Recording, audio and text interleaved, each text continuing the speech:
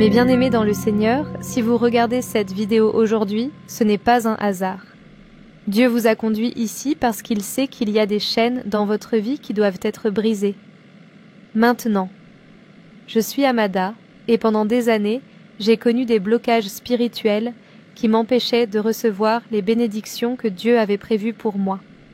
Peut-être que, comme moi, vous avez déjà eu l'impression que tout était bloqué. Vos finances, vos projets, votre paix intérieure. Vous priez, vous jeûnez, mais rien ne bouge. Et vous vous demandez pourquoi. Un jour, le Saint-Esprit m'a ouvert les yeux. Il existait des chaînes spirituelles invisibles qui retenaient mes bénédictions. Ces forces des ténèbres avaient pris des droits dans ma vie à cause de péchés non confessés, de malédictions familiales, ou même de pactes dont je n'avais pas conscience. Aujourd'hui, je vais vous révéler exactement comment j'ai identifié ces chaînes, comment j'ai utilisé l'autorité du nom de Jésus-Christ pour les détruire, et comment vous pouvez vivre la même délivrance. Ce témoignage va transformer votre vie si vous l'écoutez avec foi. Avant d'aller plus loin, faites 3 choses pour activer votre percée. Écrivez « Amen » en commentaire si vous croyez que Dieu va agir dans votre vie aujourd'hui. Abonnez-vous à Sentinelle pour recevoir d'autres révélations sur la guerre spirituelle et la délivrance. Partagez cette vidéo à une personne qui a besoin d'une percée spirituelle aujourd'hui. Ce que je vais partager s'est produit lorsque j'étais au plus bas, spirituellement et financièrement. Mais gloire à Dieu, aujourd'hui je marche dans la liberté totale. Restez bien jusqu'à la fin, car je vous donnerai la prière précise que j'ai utilisée pour briser ces chaînes et récupérer mes bénédictions. Dans les lieux célestes, nous avons recouvert chaque espace d'une couverture de ténèbres. Cette couverture est si épaisse qu'elle est comme de la roche.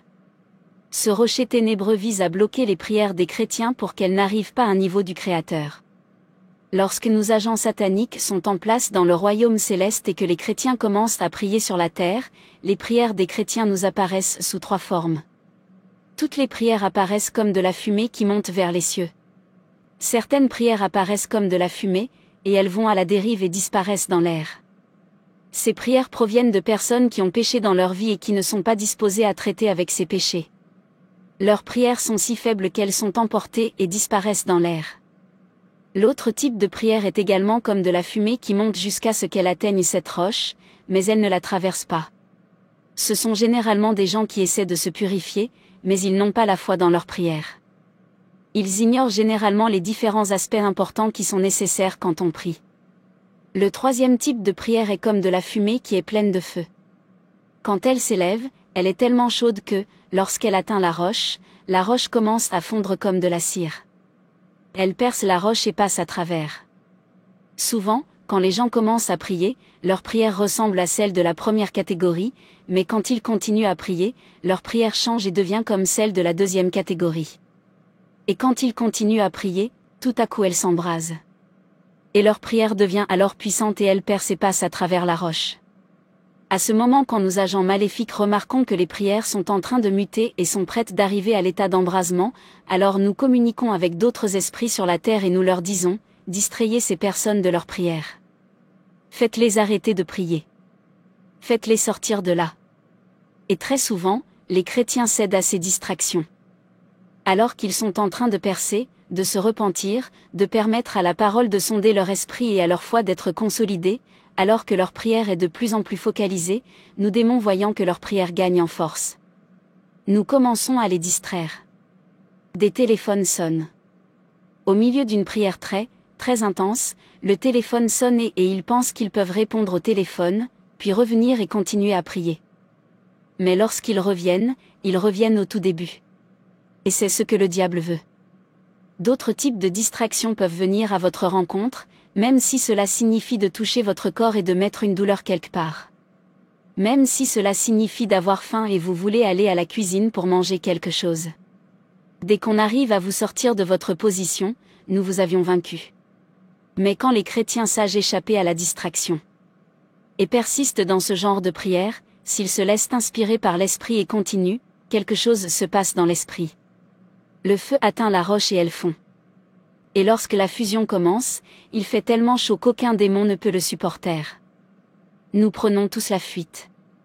Ainsi il se produit une ouverture dans le domaine spirituel. Et dès que cela arrive, tous ces problèmes dans la prière s'arrêtent. La personne qui prie sur la terre ressent juste que sa prière devient soudain si douce, si agréable, si puissante et intense. Et une fois que la prière terminée, le trou reste béant, et quand les gens sortent de leur lieu de prière et s'en vont, ce trou béant se déplace avec eux. Ils n'agissent plus sous la couverture. Ils agissent sous des cieux ouverts. Et dans cet état, le diable ne peut plus faire ce qu'il veut contre eux. Et la présence du Seigneur est comme un pilier qui vient du ciel et qui se place sur leur vie. Ils sont protégés. Et il y a tellement de puissance à l'intérieur de ce pilier que, quand il se déplace, cette présence touche d'autres personnes. Ils discernent ce que l'ennemi a fait chez d'autres personnes. Et quand il parle aux gens et que ces gens sont devant eux, ceux-ci entrent à l'intérieur de ce pilier. Et aussi longtemps qu'ils restent à l'intérieur de ce pilier, tous les liens de l'ennemi faiblissent. Dans les endroits où la prière est régulièrement pratiquée de cette manière, la présence de Dieu vient sur cet endroit et ne la quitte pas. Ainsi, même les gens qui ne connaissent pas Dieu, quand ils viennent dans ce lieu, tout d'un coup, tous leurs liens sont fragilisés. Donc, nous devons les empêcher de prier et d'avoir une percée dans leur prière et de recevoir leur bénédiction. Et quand ils font une percée par la prière, Dieu les accorde toujours une réponse. Mais avant qu'ils ne reçoivent cette réponse, nous mettons tout en œuvre pour les faire tomber dans un péché. Ce qui nous permet de bloquer de nouveau cette bénédiction. Maman, que fais-tu ici? Est-ce ainsi que tu accueilles ta mère? N'ai-je pas le droit de venir chez mon fils? À cette heure de la nuit? Tu aurais dû m'informer de ta venue. Je t'aurais attendu au parc. Est-ce que tu vas me garder debout ici? Tu ne me laisses pas entrer? Ou voulez-vous que j'y retourne immédiatement? Ne t'en fais pas, maman. J'ai juste été surpris de te voir à ce moment-là. Et tu ne m'as même pas dit que tu venais. Entre, s'il te plaît. Ce qui m'a amené ici, c'est une urgence. Vous voyez, je suis ici parce que j'en ai assez d'attendre. Tes frères m'ont tous donné des petits-enfants sauf toi. Quand entendrons-nous le cri d'un bébé dans votre maison? N'as-tu pas besoin de quelqu'un qui te sautera dessus quand tu rentreras à la maison et te dira « Papa, bienvenue à la maison ». Maman, tu es revenue. Peux-tu arrêter? Nous avons confiance en Dieu et nous l'attendons, et je sais qu'il le fera pour nous. Les Écritures disent qu'au bon moment, moi, le Seigneur, je ferai en sorte que cela se produise. Mais je t'ai dit que j'allais te trouver une jeune fille très fertile pour que tu puisses l'épouser. Je peux te trouver une autre épouse. Celle-ci est stérile. Maman, arrête, s'il te plaît. Ma femme pourrait t'entendre. Je ne veux pas qu'elle soit triste. Pourquoi devons-nous toujours blâmer les femmes? Nous sommes tous les deux impliqués, et il semble que nous allons bien tous les deux. Le médecin a dit que tout allait bien chez nous. Au fait, où est-elle? La femme, que tu appelles ton épouse. Ne vient pas me saluer? À qui parle mon mari? Laisse-moi aller vérifier. Bienvenue, maman. Je ne savais pas que tu étais venue. Qui est ta mère? Je t'interdis de m'appeler maman. Je vous en prie. Qu'est-ce que je t'offre? Dois-je aller chercher de l'eau? Tu dois avoir soif. Je mange pas ce que tu as préparé. Comme je l'ai dit, je suis venue ici parce qu'il y a une urgence. Quand quittes-tu cette maison? Il n'y a pas de place pour des femmes infertiles dans ma famille. Je veux faire venir une jeune fille fertile qui donnera naissance à un fils dans les 9 mois. Pourquoi tu ne pars pas? Je ne comprends pas, maman. Où d'autre suis-je censée aller? C'est la maison de mon mari. Et ce que Dieu a uni. Aucun homme ne devrait le séparer. Est-ce que c'est vrai? Pas de problème, nous verrons. Tu ferais mieux d'en profiter tant que ça dure. C'est donc le but de cette visite.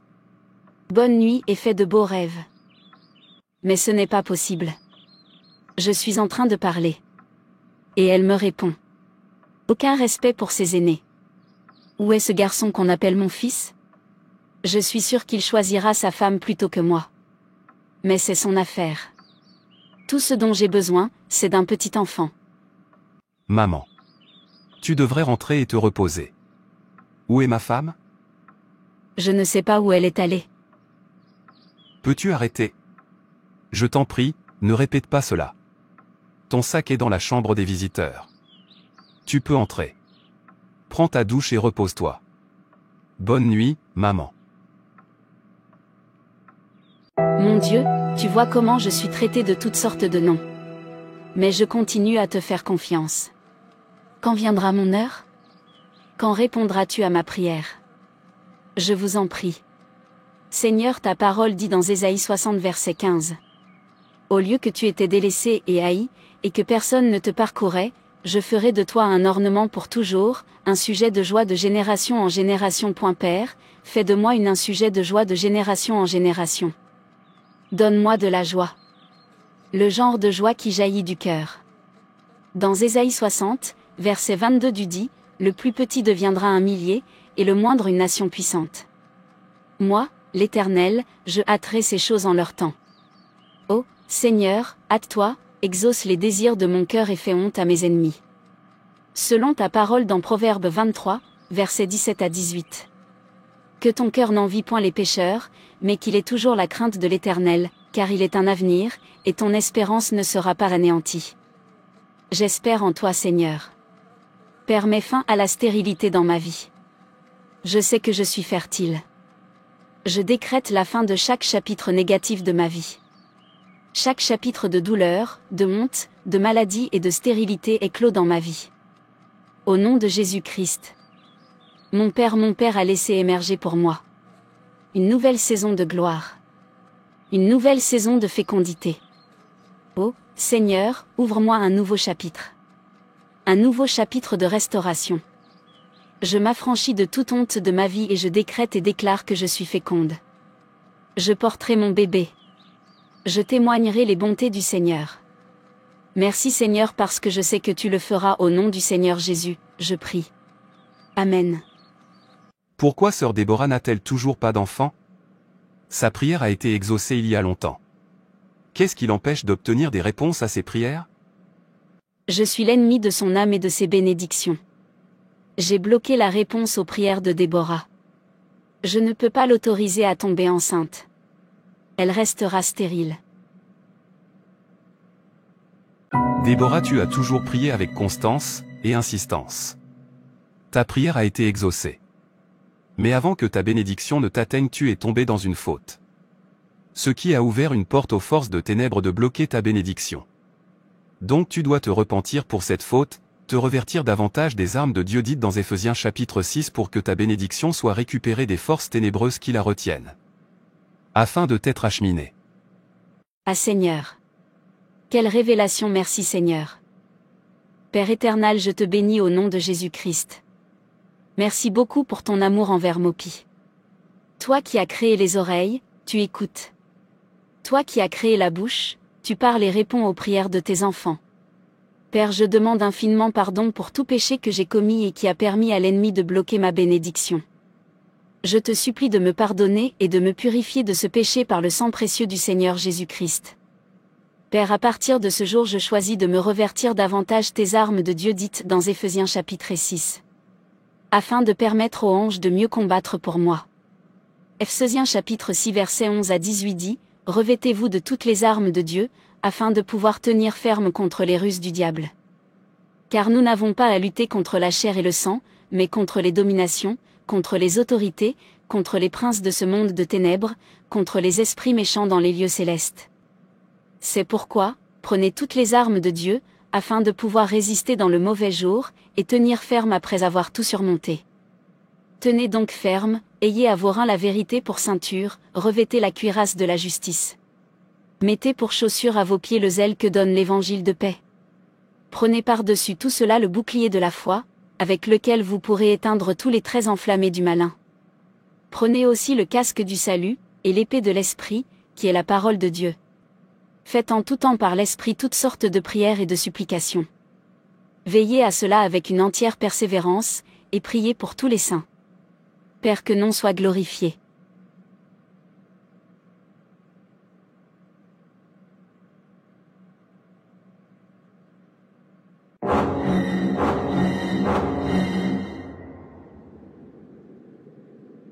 Tu resteras stérile.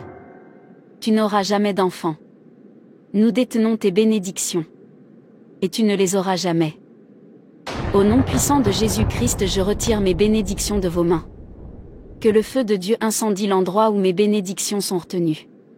Et que ces bénédictions me soient remises par le nom puissant de Jésus-Christ.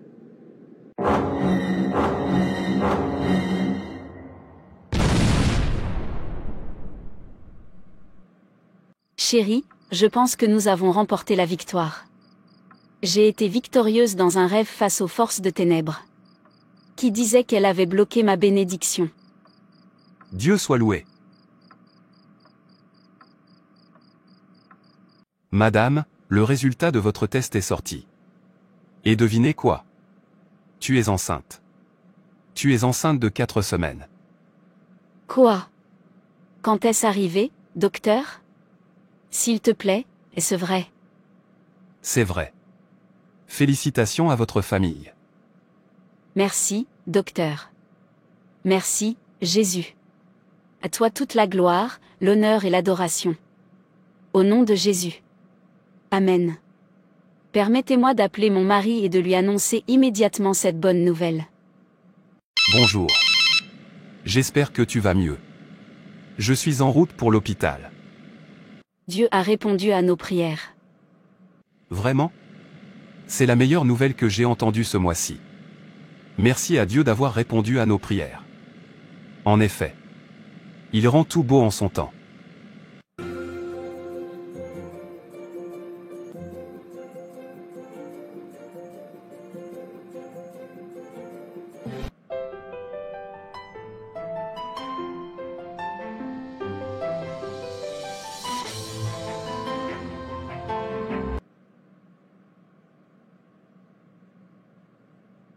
Briser les chaînes spirituelles, c'est avant tout un chemin de prise de conscience, d'acceptation et d'action. Après avoir identifié ce qui me retenait, croyances limitantes, peurs héritées ou influences négatives, j'ai compris que la transformation commence par l'intérieur.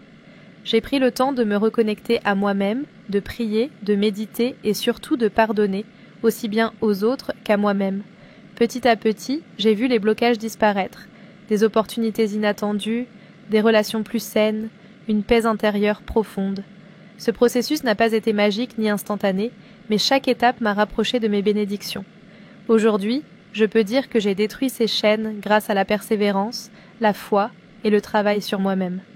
Si tu te reconnais dans mon histoire, souviens-toi. Tu as le pouvoir de transformer ta vie. Les chaînes spirituelles ne sont pas une fatalité. Commence par t'écouter, t'entourer des bonnes énergies et croire que tu mérites le meilleur. N'hésite pas à partager ton expérience en commentaire ou à poser tes questions. La communauté est là pour t'accompagner. Abonne-toi si tu veux d'autres partages authentiques et des clés pour libérer tout ton potentiel.